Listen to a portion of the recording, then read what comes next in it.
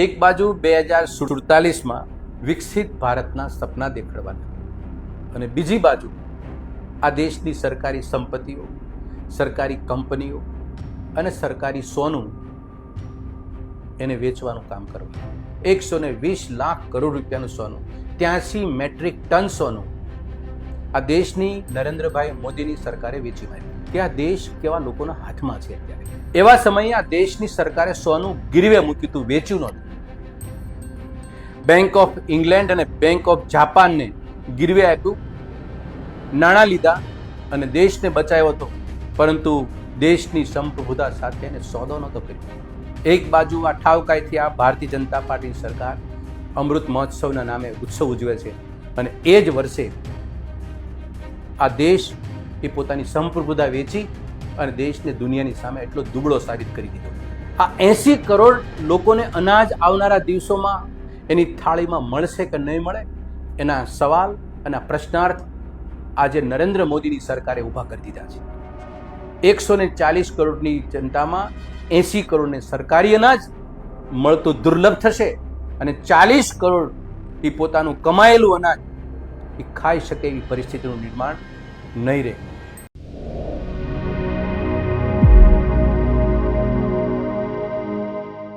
નમસ્કાર, તમે જોઈ રહ્યા છો ગુજરાત પ્લસ ન્યૂઝ અને હું છું મમલ.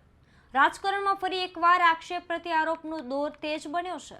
કોંગ્રેસ નેતા મનહર પટેલે વિડીયોના માધ્યમથી વડાપ્રધાન નરેન્દ્ર મોદી અને કેન્દ્ર સરકાર સામે ગંભીર આક્ષેપો કર્યા છે.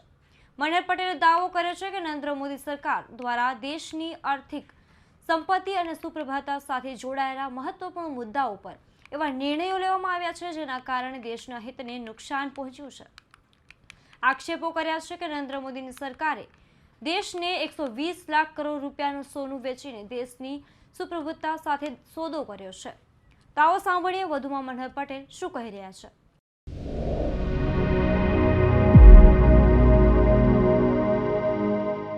એક બાજુ 2047માં વિકસિત ભારતના સપના દેખાડવાના અને બીજી બાજુ આ દેશની સરકારી સંપત્તિઓ, સરકારી કંપનીઓ અને સરકારી સોનું એને વેચવાનું કામ કરવાનું.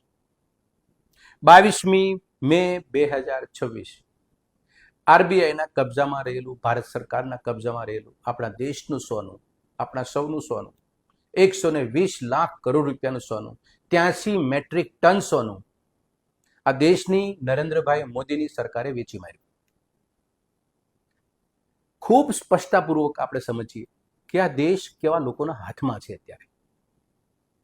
1990 અને 91 વચ્ચે આવી આના કરતા પણ ભયંકર પરિસ્થિતિ દેશની હતી, પણ એ દેશના પ્રધાનમંત્રી હતા ચંદ્રશેખર અને કોંગ્રેસનું નેતૃત્વ હતું. દેશને કેમ બચાવ્યો હતો એ કોઈ વખત ઇતિહાસને વાંચવા જેવો હતો.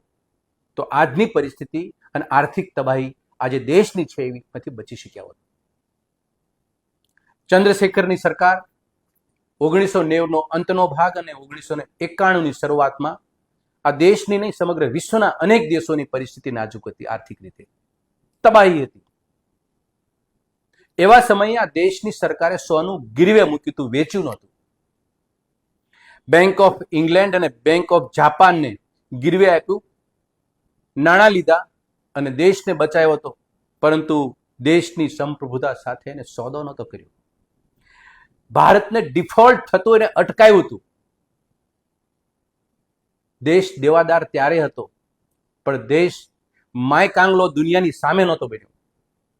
આજની પરિસ્થિતિ શું છે કે આજે ભારત આઝાદ થયાના આજે 75મા વર્ષે એક બાજુ આ ઠાવકાઈથી આ ભારતીય જનતા પાર્ટીની સરકાર અમૃત મહોત્સવના નામે ઉત્સવ ઉજવે છે અને એ જ વર્ષે આ દેશ એ પોતાની સંપ્રભુતા વેચી અને દેશને દુનિયાની સામે એટલો દુબળો સાબિત કરી દીધો.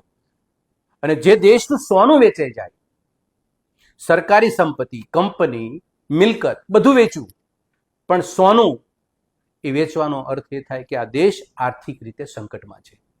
આ દેશની આર્થિક તબાહી આ દેશમાં મચી રહી છે. અર્થતંત્ર ખોખલું થઈ ગયું છે. આરબીઆઈ તળિયા ઝાટક છે. આ સિમ્ટમ્સ અને સંદેશાઓ દુનિયાના દેશની સામે ભારતીય જનતા પાર્ટીની મોદી સરકારે આપી દીધા. સૌ લોકોને વિચારવાનું છે, આ દેશ 140 કરોડ લોકોનો છે. અને 140 કરોડ લોકોમાં 80 કરોડ લોકો સરકારી અનાજ ઉપર જીવે છે. આ 80 કરોડ લોકોને અનાજ આવનારા દિવસોમાં એની થાળીમાં મળશે કે નહીં મળે, એના સવાલ અને પ્રશ્નાર્થ આજે નરેન્દ્ર મોદીની સરકારે ઊભા કરી દીધા છે. અને એનાથી આગળ કહું, જે 80 કરોડ બાકી રહ્યા એની થાળીમાં પોતાના કમાણીનું અન્ન આવે છે, એ અન્ન પડ્યું હશે તો પણ એની થાળી સુધી પહોંચશે નહીં. આ પરિસ્થિતિ પણ નિર્માણ થવા માટે કોઈ લાંબા દિવસોની રાહ જોવાની જરૂર નહીં પડે. જો આ જ રીતે ભાજપા સરકારનો મનસા અને એનો જે કાર્ય પદ્ધતિનો જે માહોલ જે આગળ વધી રહ્યો છે એ આ બતાવે છે. 140 કરોડની જનતામાં 80 કરોડને સરકારી અનાજ મળતું દુર્લભ થશે અને 40 કરોડ એ પોતાનું કમાયેલું અનાજ એ ખાઈ શકે એવી પરિસ્થિતિનું નિર્માણ નહીં રહે. સૌ લોકોની સામે આ ચેલેન્જ છે અને આ ચેલેન્જ અને પડકારો માટે નિમિત્ત કોઈ બહારની ચેલેન્જ નથી. આ સ્વયંભૂ ભારતીય જનતા પાર્ટીએ ઉદ્ભવેલી આપેલી આપણને સૌને ગુમરાહ કરીને આ ચેલેન્જ છે. આપણા ઘરમાં સામાન્ય રીતે આપણા ઘરમાં કે આપણા પરિવાર વચ્ચે કે આપણા સમાજમાં જોઈએ છે કે જે માણસ પોતાની સંપત્તિ વેચે ત્યાં સુધી તો બરાબર, પણ ઘરમાં પડેલું ઘરનું સોનું વેચી નાખે એટલે એના આર્થિક પરિસ્થિતિનો અંદાજ બધાને આવી જાય છે. અને જે આવી પરિસ્થિતિમાં એનો મોભી માણસ વેચે અને 140 કરોડની જનતા જોઈ રહે, એનાથી વધુ આપણી સૌની દુર્બળતાથી મોટી દુર્બળતા એકેય નથી. સૌ લોકોએ વિચાર બદલવાની જરૂર છે, સૌને વિચાર કરવાની જરૂર છે અને સૌ લોકોએ આ ચિંતન કરવાની જરૂર છે. આ દેશની સંપ્રભુતા અને દેશ આર્થિક રીતે સંપૂર્ણ રીતે બરબાદ થયેલો છે. આપણને સૌને સાંભળવા હવે પછી શબ્દો મળે કે 2047માં દેશને વિકસિત ભારતના સપનામાં લઈ જવા છે, ત્યારે હાંસી કાઢજો અને આ વાતનો એને જવાબ આપજો. આભાર. મનહર પટેલની વાતથી તમે કેટલા સહેમત છો, શું વિચારો છો, કોમેન્ટ કરીને એમને જરૂરથી જણાવજો. અત્યારે મળે બસ આટલું જ. નમસ્કાર.